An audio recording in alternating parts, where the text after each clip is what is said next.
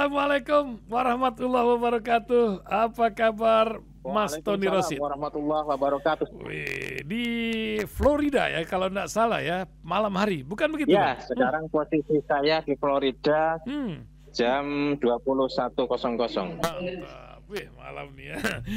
Mas, lagi ngapain ini? Nggak lagi masang tadi tuh chip otak, bukan ya?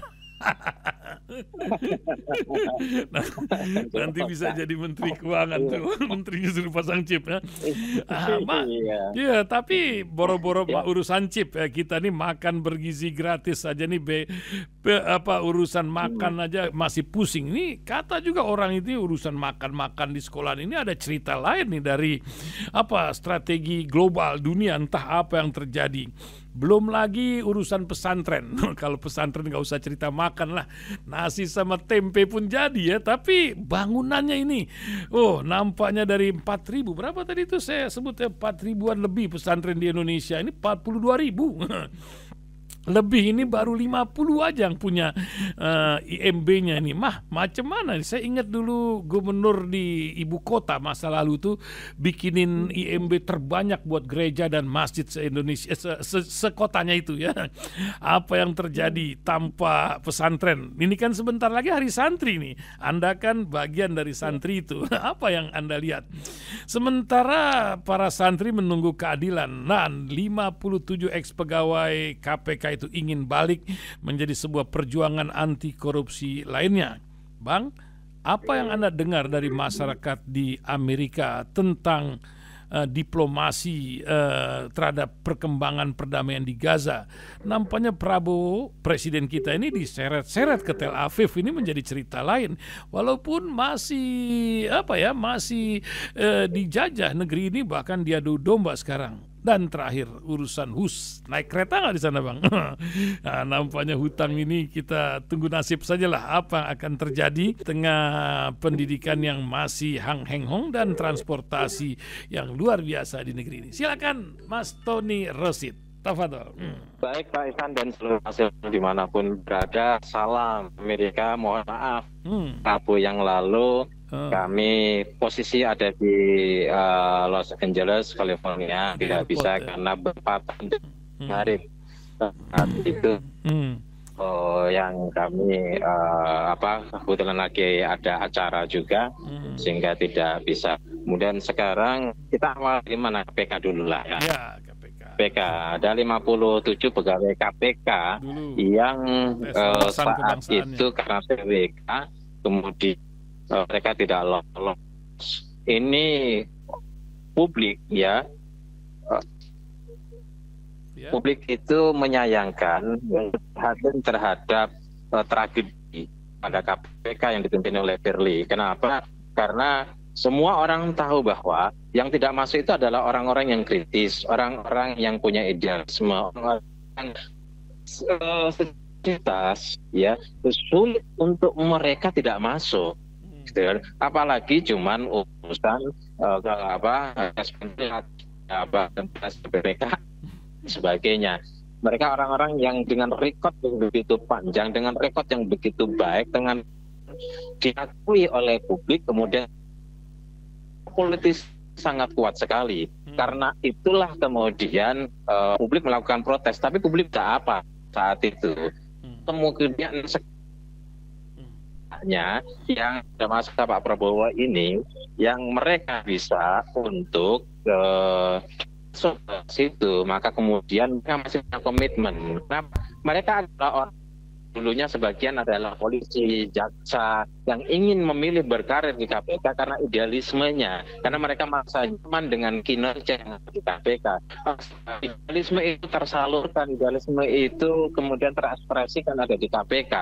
Ya, tapi kemudian kenapa mereka masih tidak bukan masih positif? Karena demi idealisme dan demi eksistensi kepada mereka. Saya pikir Pak Prabowo, Pak Presiden kita mesti memberikan ruang bagi mereka untuk membuat program ya mereka untuk masuk ke sana. Ini menurut saya penting.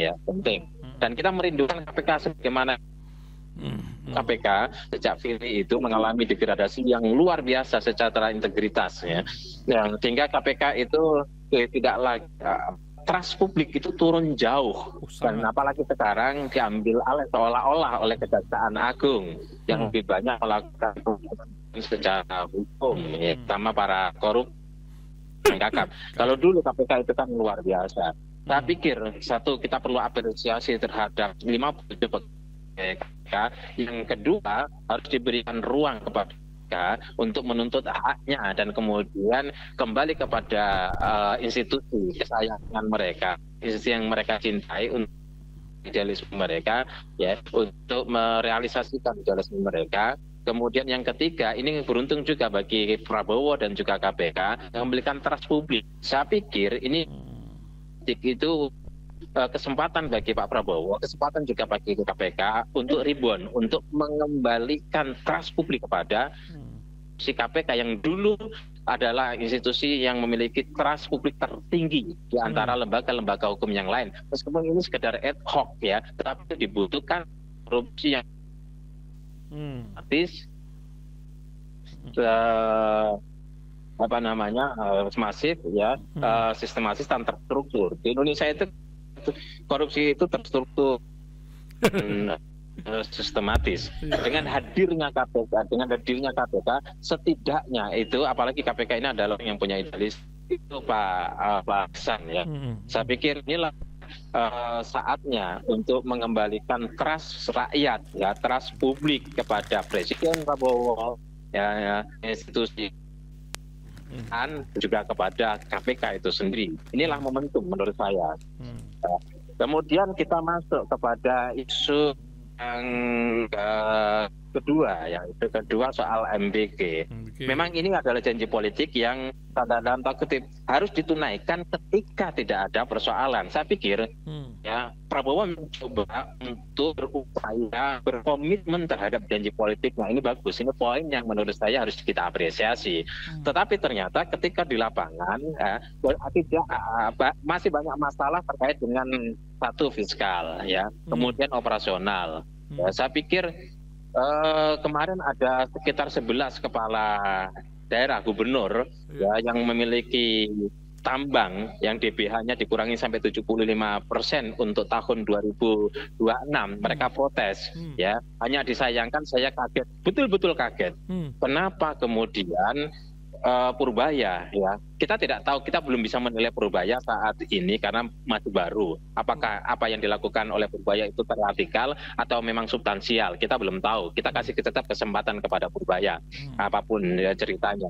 Tetapi saya kaget, betul-betul kaget ketika Purbaya ini seperti ada tim medianya, gitu kan? Yang betul-betul kemudian membuat konflik berhadapan dengan para gubernur itu.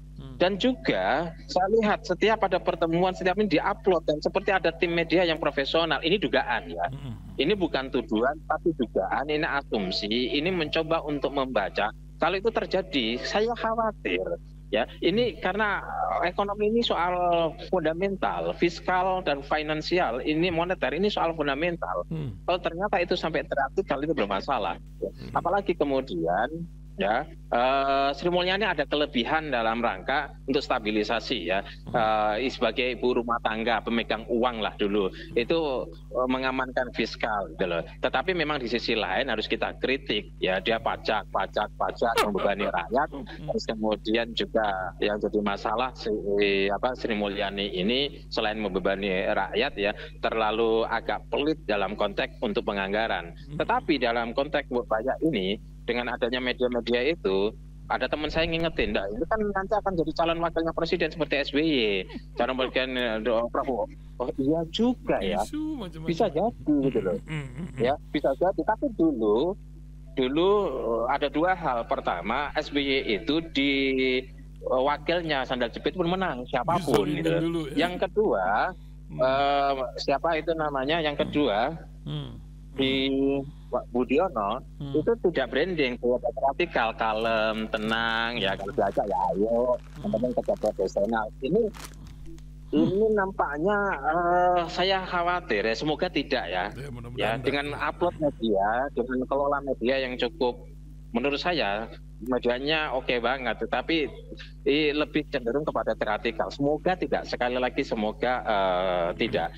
Lagi-lagi kita kembali kepada MBG. Kalau memang secara operasional tidak siap, kita bisa bayangkan yang akan diberikan makan bergizi itu sekian banyak ya. Terlepas dari kontroversi yang saya sebagainya, tetapi secara teknis operasional itu sudah bisa kita prediksi ketika itu dijalankan ya.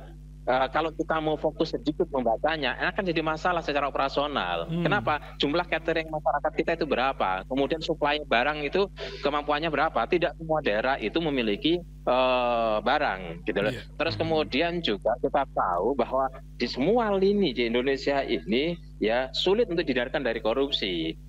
Gizinya dalam konteks gizi. Ya, standarnya bagus Pak Prabowo, tapi tetap di lapangan ada pengurangan dan sebagainya.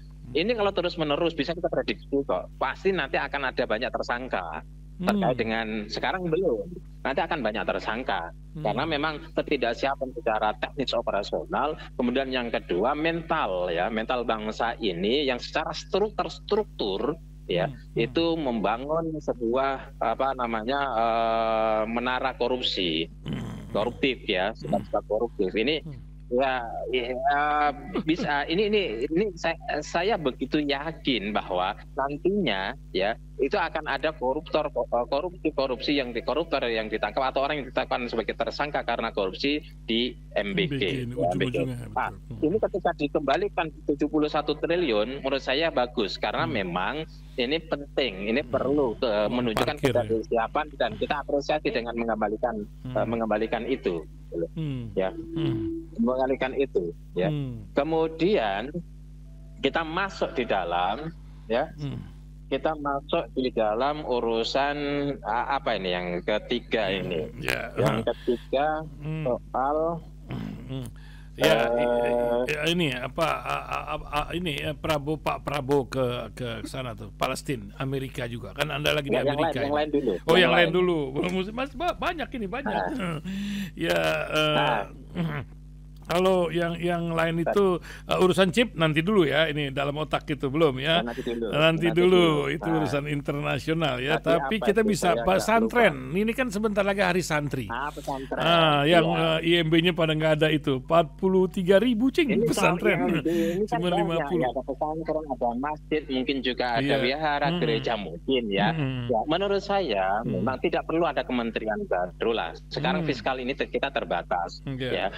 DBH atau dana transfer aja dikurangi, jangan nambah kementerian baru atau membebani biaya negara.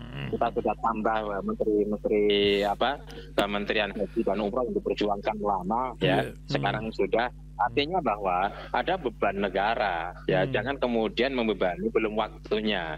Menurut saya itu kan sudah ada izinnya pesantren atau hal yang lain-lain.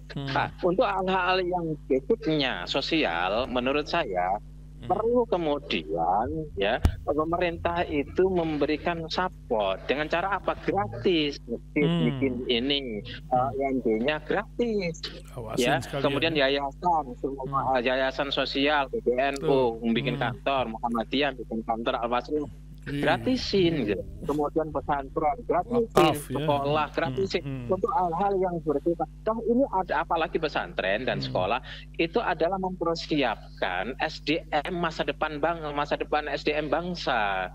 Ya, ini sedang mencetak ya, sedang berinvestasi terhadap SDM ya.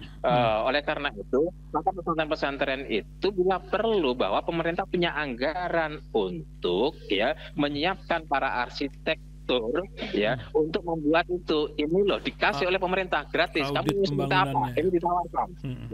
Ya bila ada satgas atau ada lembaga sendiri yang mengurus itu, sehingga semuanya ini kan juga bukan hanya pesantren. Karena kasus itu kemudian ramai. Kan ini sebenarnya yang dalam konteks tidak ada IMB itu kan banyak di mana-mana, puluhan ribu. Tetapi dengan kasus ini kita ambil hikmahnya, pemerintah ya jemput bola. Kalau bila perlu ada cukup kepres lah dari presiden ya. Terus kemudian memberikan ya gratis kepada semua pesantren, yayasan ormas ya, yayasan, kemudian ormas, kemudian juga lembaga-lembaga sosial untuk digratiskan ketika mengurus IMB. Jadi setelah itu juga bila perlu itu nggak banyak juga kok, berikan anggaran sebagai public service ya. Berikan anggaran ya, bikin ada lembaga misalnya yang mengurus tentang yang isinya adalah para arsitek ya. Kemudian ada juga di situ yang terkait adalah urusan, sehingga pembangunan itu bisa disupport oleh pemerintah. Mereka mendapatkan gambar ya, bangunan itu gratis, sekaligus mengurus IMB-nya gratis. Saya pikir ini adalah jasa pemerintah, jasa negara, dan negara memang perlu hadir kepada untuk mereka itu. Nanti kalau ada gereja ambruk karena itu, ada wihara ambruk karena tidak ada IMB-nya, terus kemudian ini wihara masjid ambruk karena tidak ada MB-nya, jadi masalah. Kita seringkali ya, berangkat dari kasus itu, kemudian jadi rame, habis itu tidak dicarikan solusi. Mestinya setiap kasus itu ya memberikan bahan bagi kita ya, bagi negara khususnya, untuk melihat secara general, mengeneralisasi kasus. Satu kasus, ada kasus-kasus yang lain, tapi tidak kemudian hanya diisu saja, diwacana saja, diramaikan saja menjadi perbincangan publik, tapi setelah itu dilupakan, tidak ada solusi di situ, tidak lanjut di situ. Justru kasus inilah yang kemudian memberikan kesadaran khususnya bagi negara untuk hadir, untuk memberikan solusi ya, dengan kehadiran negara itu. Dua, mungkin institusi memberikan gratis IMD. Yang kedua, karena keterbatasan pesantren, yayasan, ormas gitu kan, menyiapkan tenaga yang bisa menggambar ya, arsitektur dari ini, sehingga tidak terjadi lagi gitu. Iya. Enak ya diomonginnya, tapi nggak gampang ini jalaninnya, Bang. Sekarang lah. Iya. Caimin ya udahlah Caimin. Tapi Caimin cerdas juga. Caimin itu terlalu cerdas melihat situasi untuk membangun sebuah isu. Dengan begitu kan, ini PKB loh. PKB memperjuangkan tuh pesantren. Jadi ada image. Itu tapi kan itu konstituennya juga ya. Terlepas dari kepentingan Caimin apapun, ya politis, tapi itu positif. Iya. Itu positif ya. Dan itu layak mendapatkan respon. Itulah kelebihan Caimin, sehingga suara PKB itu tidak turun, bahkan nambah. Kemudian juga ketika mau digusur Caimin, disiapkan kudeta, itu bakal berhasil. Karena memang Caimin dalam konteks ini punya kecerdasan politik terkait dengan pesantren. Kancil ya, macam kancil kata orang. Ya. Saya nggak ngomong kancil apa-apa. Kata orang ini, saya kan katanya, meren kata orang Bogor. Ya, tapi luar biasa. Nampaknya pesantren ini bisa dibangun sendiri lah. Kita tidak perlu pakai kontraktor dari Cina ya, karena sudah cukuplah urusan hus ini menjadi masalah di negeri kita ini kan. Aduh, ya Bang. Langsung nyampe gitu, langsung tinggi, gitu kan. Utangnya pun ikut tinggi, gitu kan. Begitu. Saya sepakat dalam konteks ini bahwa semua BUMD tidak harus punya orientasi profit. Ya, tidak punya orientasi bisnis. Memang BUMN ya, ada BUMN yang memang subsidi silang atau punya orientasi public service. Seperti contohnya adalah transportasi, public service, ya, bahwa perlu subsidi. Betul kata dalam konteks ini, saya setuju ketika dulu Pak Jokowi menjadi presiden harus mensubsidi bahwa daerah, kemudian pusat mensubsidi kaitan dengan public service. Is okay, ini bagus. Yang menjadi persoalan itu bukan subsidinya. Yang menjadi persoalan itu bukan kehadiran negara untuk membuat transportasi lebih baik, transportasi cepat, dan efektif, efisien, dan murah. Ya, tetapi yang menjadi persoalan adalah ketika ya di dalam proses membangun media transportasi itu terjadi proses yang tidak rasional, terjadi proses yang tidak seharusnya. Satu contoh, kenapa kemudian yang dulu bunga-bunganya itu 0,01% atau berapa, sekarang menjadi 1,5%? Itu pembengkakan luar biasa. Akhirnya hutangnya itu menjadi 116 triliun. Ini membebani. Ya, subsidi selaku subsidi, tapi prosesnya harus benar, dihitung matang. Tapi juga kalau bisa, kalau memang ada nilai ekonomisnya, kenapa tidak? Saya ngobrol banyak dalam konteks ini pada saat itu diputuskan. Saya ngobrol banyak dengan teman-teman di Komisi 6. Ya, dulu rencananya negara itu punya tanah dan juga kemudian ada stasiun-stasiun tertentu sehingga itu selain aspek transportasinya ya dari beberapa stasiun yang akan dibuat, kemudian itu bisa menaikkan ini harga tanah, dengan harga tanah yang naik otomatis pajak naik. Di situ kemudian beberapa stasiun itu bisa mendorong pertumbuhan ekonomi, ya, menggerakkan roda ekonomi di stasiun-stasiun dan sekitarnya.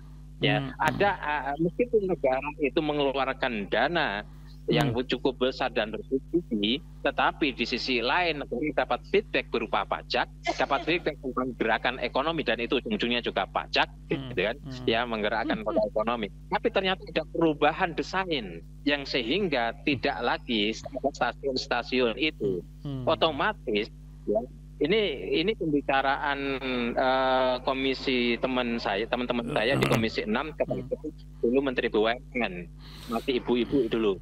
Itu ketika terjadi perubahan desain, akhirnya terjadi seperti ini. Apalagi kalau kemudian sudah berubah desainnya, kemudian dalam prosesnya itu ada kenaikan ini tidak sesuai dengan rencana soal keuangan, ya, akhirnya ada subsidi. Ya, kalau kemudian sekarang Purbaya betul juga, itu kan ada Danantara, ya, profitnya itu di tempat lain 80 triliun. Kenapa tidak mensubsidi ini seperti beban kepada negara? Dalam beberapa hal Purbaya itu, ya, itu ada benarnya bahwa biaya sendiri dong. Jangan disuapin terus sama APBN, ini akan merusak fiskal. Ya, saya pikir dalam konteks-konteks tertentu ada Purbaya ini memang sengaja oleh Pak Prabowo diambil dalam rangka untuk menyelamatkan fiskal, ya. Tapi ya jangan terlalu banyak sendiri. Ya, Menteri Keuangan itu diem aja. Biasanya orang yang pegang uang kan diem, anteng gitu kan. Ya, ini kebetulan di samping saya ada pengusaha. Ya, dia nggak banyak ngomong, duitnya banyak. Yang banyak ngomong kan kita yang duitnya sedikit ini. Gitu. Nah, tapi itu kebetulan ada kawan dari Atlanta, itu namanya Mas Erwin Budiman dari Bandung. Ya, Erwin Budiman ini. Jadi kalau saya ke Amerika ini ditemani sama beliau. Ini pengusaha, duitnya banyak, nggak banyak ngomong gitu loh. Nah, mestinya Purbaya itu nggak banyak ngomong itu juga. Nah, Purbaya ini banyak ngomong itu bahaya. Saya agak ketar-ketir ini. Tapi bagaimanapun kita lihat 6 bulan seperti apa, bagaimana kontribusi Purbaya terhadap penyelamatan fiskal, kemudian bagaimana kontribusi Purbaya sampai Desember pendorongan pertumbuhan roda ekonomi dan pertumbuhan ekonomi, bagaimana Purbaya ini juga berkontribusi terhadap lapangan pekerjaan, ya, bagaimana Purbaya ini juga punya kontribusi terhadap investasi dari luar untuk masuk, membuat ekonomi Indonesia kondusif secara moneter dan fiskal sehingga investor juga merasa tenang masuk. Nah, kita akan lihat sekitar 5-6 bulan ke depan lah kita akan lihat. Jangan buru-buru untuk menilai Purbaya seperti apa. Cuman saya kaget aja ketika dia sepertinya punya tim media, yang dipersiapkan yang perlu, dan kemudian berkonsultasi dengan semua orang diajak berantem gitu. Kan katanya koboi ini, ya. Katanya gaya Amerika lah. Yang diajak berantem, yang lain diajak berantem. Saya khawatir aja. Ya, kita bisa bayangkan kalau mau bendahara di dalam rumah kita, ya, kita berantem soal uang dengan orang lain, kan bahaya juga. Semoga Purbaya mendengarkan apa yang saya sampaikan ini. Nah, lanjut Bang. Ini negeri tempat koboi timbul, Amerika. Anda berada di sana, dan juga negeri inilah yang juga mengacak-ngacak sebagian dunia. Gaza diantaranya disuplai terus pelurunya Israel. Tapi kemarin perdamaian. Sementarakah? Atau Anda lihat apa peran siapa nih, Pak Prabowo? Kok Mahathir nggak datang ya? Tapi bagaimana kisah juga bocornya MiG kemarin juga di Sharm el Sheikh, Mesir. Mungkin Anda bisa punya pandangan lain terhadap sepak terjang Pak Prabowo yang luar biasa ini. Silakan Bang. Iya, memang menjadi sebuah pertanyaan. Saya ini kan ribut di Indonesia soal peran Pak Prabowo. Memang kemarin Pak Prabowo ketika datang ke China, itu kan ada India juga. Tapi ketika Presiden India datang ke China itu pada saat, pada saat dialog ekonomi. Ya, ketika Pak Prabowo datang pada saat ini, pada saat pada saat parade militer. Selain itu juga masuk BRICS. Itu yang kemudian membuat Amerika memberikan warning, memberikan tanda kutip, ya, sehingga kemudian habis itu Pak Prabowo ketemu Trump, dan tentu saja dalam konteks ini ya bisa juga Mbak membangun apa ya, membangun belanja militernya luar biasa Prabowo ini kan, gitu ya, membangun relasi yang lebih soft. Itu jangan diartikan macam-macam, saya itu begini, saya itu begini, bukan maksudnya begitu. Nah, akhirnya apa? Dalam konteks negosiasi ini Amerika lebih kuat, dan dalam konteks ini Indonesia banyak dirugikan karena memang posisi tidak kuat. Ya, istilahnya bagi Amerika itu lu punya dosa nih, lu masuk BRICS. Nah, yang kedua, lu dalam ikut parade dengan Soviet dan ini. Nah, ini memang pilihan Prabowo, satu sisi herois, sebagaimana ketika Pak Soekarno pada saat itu lebih blok ke kiri, tetapi secara fundamental nggak kuat, belum kuat lah, bukan tidak kuat, belum kuat. Ini yang harus kemudian dibangun. Ya, efeknya macam-macam, termasuk urusan yang lain-lain lah, urusan yang lain-lain. Ya, tapi kalau bicara tentang itu sensitif di sini, Pak Ihsan. Jadi kita masuk ke tema yang lain. Gitu.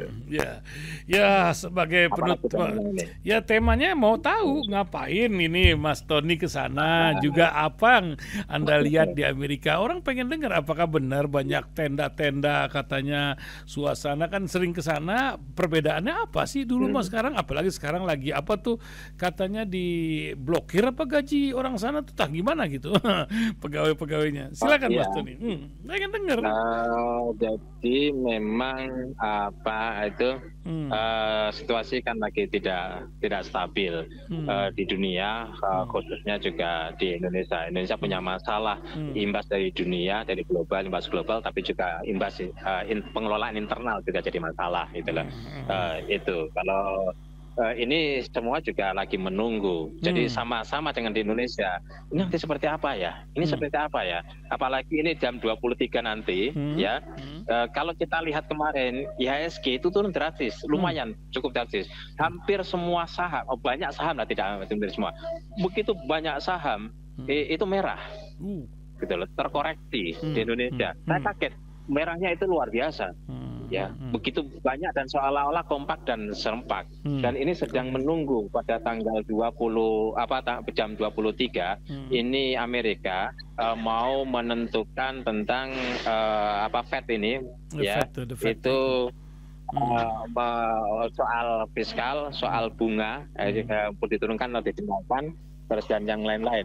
Ya, ini yang akan memberikan pengaruh terhadap situasi. Nah, kita tunggulah sebagai penutup Pak Ihsan dan saudara-saudaraku dimanapun berada, bahwa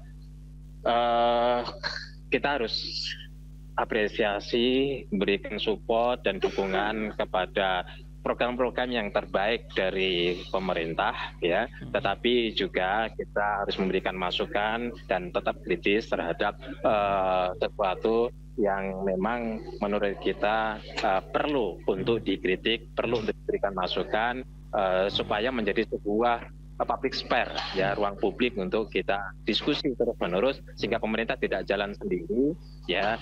Kalau seandainya itu tersesat, ya tidak kemudian makin jauh, ya, perlu warning daripada kita. Kita harus menjaga sikap objektif dan selalu akan kritis.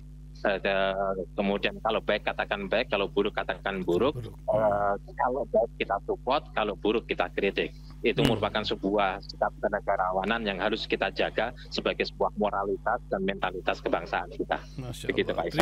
Terima kasih Mas Tony. Selamat Ya, perjalanan, sama-sama, Pak semoga Ihsan. pulang pergi Allah memberikan keberkahan dalam perjalanan. Terima kasih Mas Tony. Amin. Assalamualaikum Amin, warahmatullahi amin. wabarakatuh. Waalaikumsalam.